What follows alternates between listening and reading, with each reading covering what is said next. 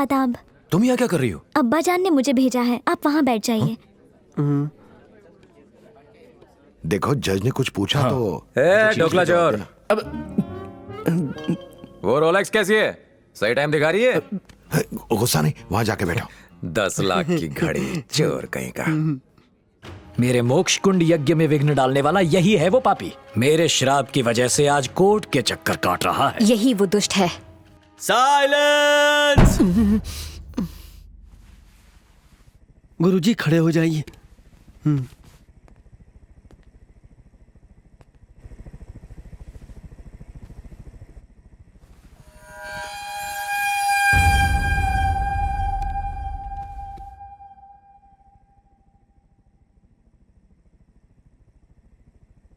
Haridas Gopal Rao. Present sir.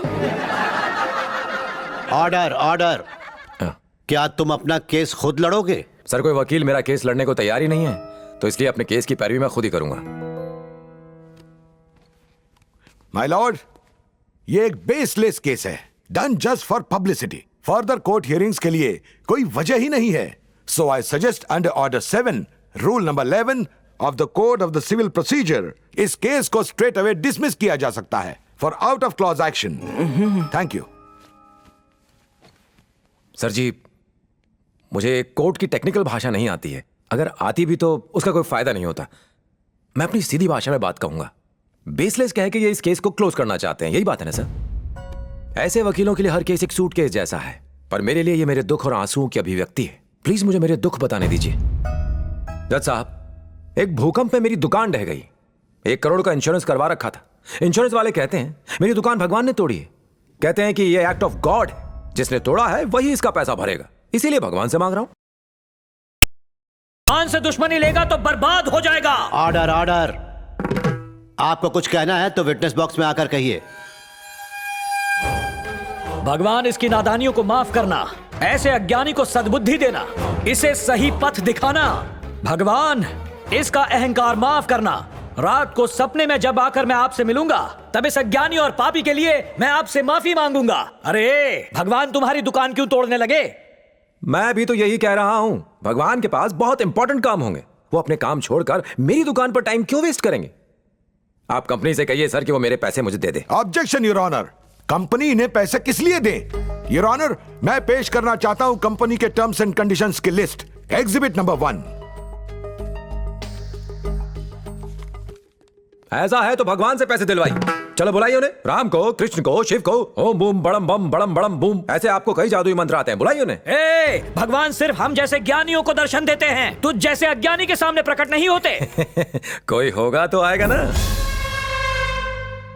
धर्म के नाम पर खुली दुकानों में रोज करोड़ों का टर्नओवर होता है, उसमें से 1 करोड़ मुझे दे दो, छोटा सा हिस्सा है। अपनी दुकान के स्पेशल डिस्काउंट कूपन दूंगा। I object your honour. भगवान की निस्वार्थ सेवा को ये एक बिजनेस का नाम दे रहे हैं। सेवा? यहां सेवा कहां है सर? मंदिर के बाहर चप्पल रखने से लेकर प्रसाद मिलने तक सब कुछ बिजनेस है सर। नारियल खरीदो, फूल खरीदो, फल खरीदो, आरती करने से लेकर हवन करने के लिए अलग अलग रेट्स तय हैं। ये सब क्या है? बिजनेस ही तो है सर। फ्री में दर्शन करना धर्म है, टिकट लेकर दर्शन करना धर्म कहलाना चाहिए। रिसेशन के समय में जब दुनिया के सारे बिजनेस लॉस में जाते हैं, इनका धंधा डबल हो जाता है। मेरे जैसे कष्ट भोग रहे लोग इन्हें दक्षिणा देते हैं ताकि हमें सही रास्ता दिखा सकें। यही एक बिजनेस है सर जो कभी लॉस में नहीं जाता। ऊपर से ये लोग टैक्स नहीं भरते। क्यों स्वामी, सही कह रहा हूं? रिलैक्स। ठीक है, एक बात मान लेते हैं कि ये बिजनेस कर रहे हैं। अगर तुमने इंश्योरेंस प्रीमियम समय पे भरा है तो उनसे पैसे क्यों नहीं मांगते? ये स्वामी तुम्हारा नुकसान क्यों भरेंगे? बोलो। क्योंकि मैं इनको भी प्रीमियम भरता आया हूं। What nonsense you're talking? मैं जानता था कि ये सवाल जरूर पूछा जाएगा, इसीलिए मैं अपने साथ इसका प्रूफ लाया हूं। पिछले 18 सालों से जितने मंदिरों में दक्षिणा के नाम पर प्रीमियम भरता आया हूं, उन सब की रिसीट लाया हूं। इनमें से कुछ अपनी माताजी के कहने पर भरे और कुछ दक्षिणा अपनी पत्नी के कहने पर। ये देखिए, मेरी जिंदगी का पहला प्रीमियम 1100 रुपए उस वक्त तिरुपति के मंदिर में पे किया था। और भी कहीं है।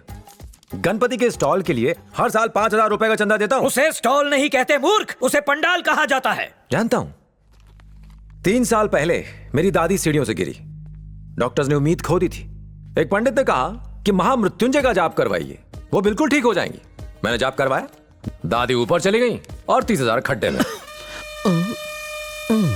और सुनिए, दरगाह के लिए चादर, चर्च के लिए कैंडल्स, मंदिर में अगरबत्तियां, आश्रम में चंदे, पिछले 15 सालों में मैं इन सारी दुकानों पर 10 लाख से ऊपर खर्च कर चुका हूं। तेरा सर्वनाश होके रहेगा। इन पवित्र स्थलों को दुकान कहकर तू उनका अपमान कर रहा है। ये सब ईश्वर के घर हैं, जहां लोग अपने परिवार की सुख सुरक्षा के लिए चंदा देते हैं। तो फिर मेरे परिवार की सुरक्षा का क्या? उसके लिए तुम्हें भगवान से बात करनी पड़ेगी। स्वामी जी से बहस क्यों कर रहे हो? अच्छा, ख्याल नेक है। आपके पास मोबाइल तो होगा, बताएंगे उसमें कौन सा सिम है? रिलायंस। मान लीजिए आपका सिम काम नहीं कर रहा है, तो आप कस्टमर केयर पर कॉल करेंगे या फिर सीधा अंबानी को फोन लगाएंगे? क्या मुकेश भाई मारो सिम चाल से नहीं।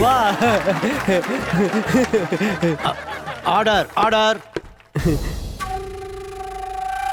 तुम्हारा मतलब ये स्वामी भगवान के ऑफिसर से? नहीं, ये किस एंगल से ऑफिसर्स हैं? नहीं, ये तो इनकी चेहरे को देख के तो लगता है कि ये सेल्समैन है, भगवान के कलेक्शन एजेंट। न्यायाधिपति जी, ये मूर्ख, अधर्मी और नास्तिक है।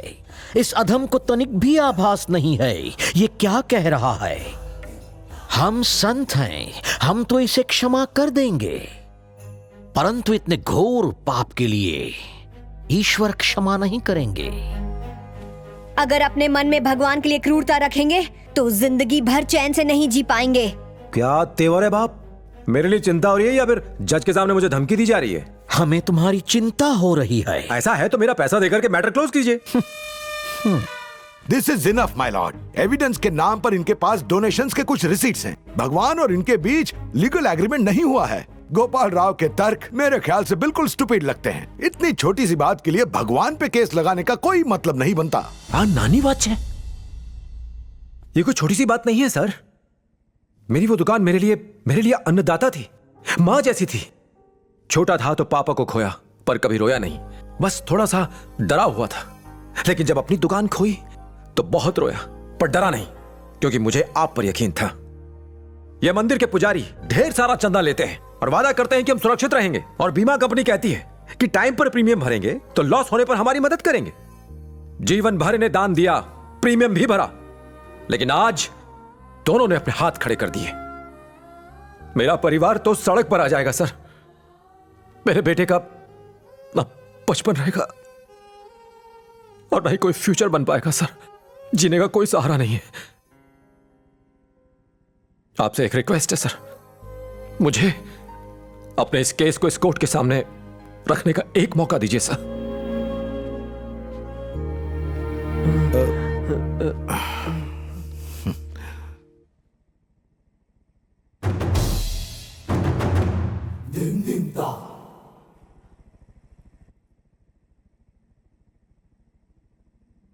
एक मिडिल क्लास आदमी के लिए 1 करोड़ बहुत बड़ी रकम होती है, खासकर जब उसकी दुकान उसका एकमात्र कमाने का जरिया हो। यह कोर्ट इस केस को एक्सेप्ट करती है।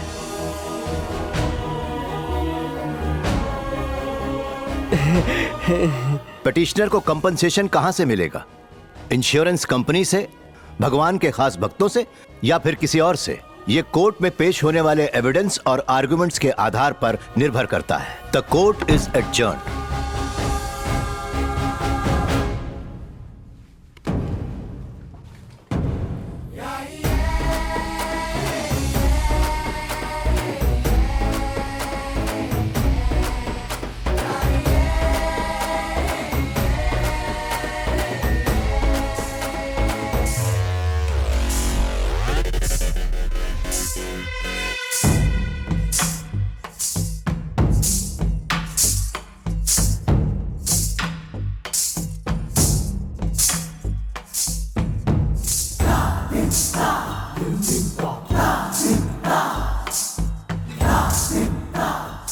ये एक सरकारी क्षेत्र है, यहाँ तुम पूर्णतः सुरक्षित हो, परंतु यहाँ से निकलने के पश्चात स्वयं की रक्षा कैसे कर पाओगे?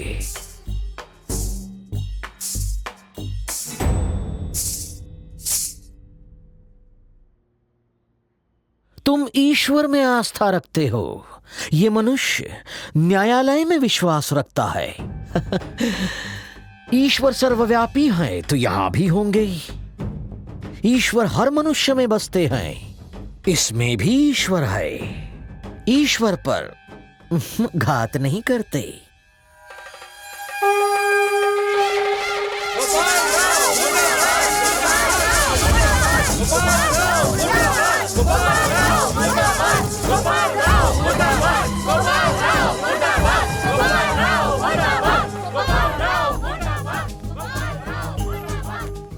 सुन राजू, मैं वकील से मिलके आता हूँ, तू सीधे घरे जा। ठीक है गुरुजी। कोर्ट ने गोपाल राव का act of God case accept कर लिया है। कई सारे धार्मिक संगठन के साथ साथ आम जनता भी कोर्ट के इस फैसले का विरोध कर रही है।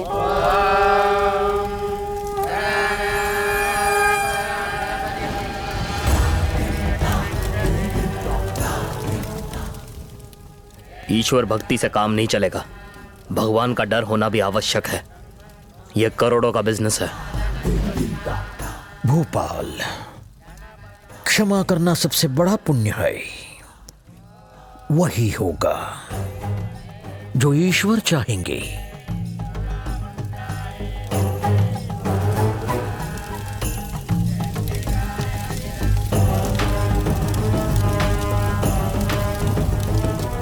सुन बे, अपने आदमियों ने तैयारी कर ली है ना? 2 कौड़ी का आदमी ईश्वर के अस्तित्व को नकार रहा है, समझ गया? थैंक्स अकबर भाई। चाय अच्छी थी बेटी। इस युद्ध में तुम अकेले हो। ये लाखों नहीं बल्कि करोड़ों का बिजनेस है। तुम शायद नहीं जानते पर वो किसी भी हद तक जा सकते हैं। You have to be careful. जी ठीक है, चलता हूं मैं अब। खुदा हाफिज।